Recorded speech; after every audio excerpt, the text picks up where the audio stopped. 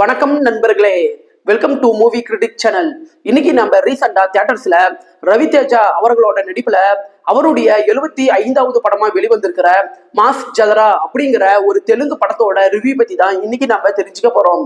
இப்ப படத்தோட கதை என்ன அப்படிங்கிறத மேலோட்டமா தெரிஞ்சுக்கலாம். படத்தோட ஹீரோ ரவிதேஜா ஒரு நேர்மையான ரயில்வே போலீஸ் அதிகாரியா இருக்கிறாரு. சோ அவரு தப்பு நடந்தா அதை தட்டி கேட்காம இருக்கவே மாட்டாரு. ஒரு நாள் அவருக்கு வில்லன் இருக்கிற ஊர்ல டிரான்ஸ்பர் கிடைக்குது. அந்த ஊர்ல வில்லன் போதைப் பொருளை வச்சு பல தவறான செயல்கள் செஞ்சுக்கிட்டு இருக்கிறாரு. சோ ஹீரோ அந்த ஊருக்கு போனதுக்கு அப்புறம் அங்க நடக்கிற தவறான விஷயங்களை பார்த்துட்டு வில்லனை தட்டி கேட்க ஆரம்பிக்கிறாரு.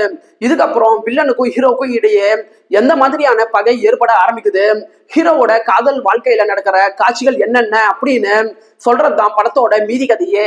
படத்தோட ஹீரோ ரவிதேஜா பல இடங்கள்ல எனர்ஜெட்டிக்கான ஒரு சிறப்பான நடிப்பையை வெளிப்படுத்தியிருக்கிறாரு.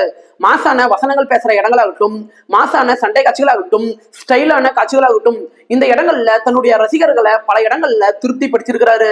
நீங்க நான் படத்துல கதை எதுவுமே பார்க்க மாட்டேன், லாஜிக்கும் பெருசா பார்க்க மாட்டேன், எனக்கு படம் பார்க்கறதுக்கு மாசா இருந்தா போதும் அப்படின்னு நினைச்சீங்கன்னா இந்த படம் உங்களுக்கான படம் தான்.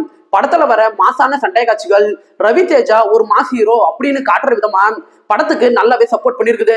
ஆக்ஷன் சண்டை காட்சிகள் வர இடங்கள்ல இவங்க செட்டு போட்டு எடுத்த விதம் நல்லாவே இருக்குது. படத்தோட சண்டை காட்சிகளையும் பாடல் காட்சிகளையும் இவங்க சினிமோட்டோகிராபிக் மூலமா கவர் பண்ண விதங்களாகட்டும், கலர்ஃபுல்லா பிரசன்ட் பண்ண விதங்களாகட்டும், இந்த இடங்கள்ல சினிமோட்டோகிராபிக் சூப்பராகவே இருக்குது. படத்தோட குறைகள் அப்படின்னு எடுத்துட்டீங்கன்னா இந்த படத்தோட ரைட்டிங் மற்றும் கதைக்களம் தான். படத்தோட கதைக்களம் நாம பல படங்கள்ல பார்த்து பழக்கப்பட்ட ஒரு ஓல்டு டெம்ப்ளேட் கதைக்களம் தான். சோ கதைக்களம் பழக்கப்பட்ட விஷயமா இருந்தாலுமே திரைக்கதையில இவங்க கொஞ்சம் புதுசா ஏதாச்சும் கொண்டுட்டு வந்திருக்கிறாங்களா அப்படின்னு பாத்தீங்கன்னா திரைக்கதையில புதுவிதமா எதுவுமே இவங்க முயற்சிகள் பண்ணல.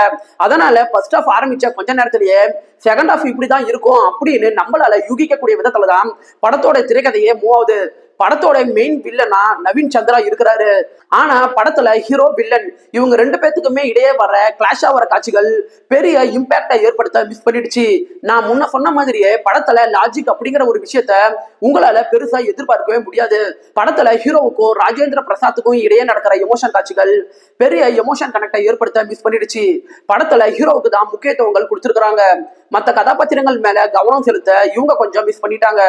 ஒரே வார்த்தையில சொல்லணும்னா இந்த படம் ஒரு ஆவரேஜான படம் தான். படத்துல ரத்தம் தெரிக்கிற வைலன்ஸ் காட்சிகள் இருக்குது. சோ ஃபேமிலியோட பாக்குறதுக்கு முன்னாடி யோசிச்சுக்கோங்க. இந்த வீடியோ உங்களுக்கு பிடிச்சிருந்துச்சுன்னா லைக் பண்ணுங்க, சப்ஸ்கிரைப் பண்ணுங்க, ஷேர் பண்ணுங்க, மறக்காம பெல் பட்டன் நமக்கு மறந்துடாதீங்க. நாம வேற ஒரு வீடியோல சந்திக்கலாம். அது வரைக்கும் நன்றி, வணக்கம்.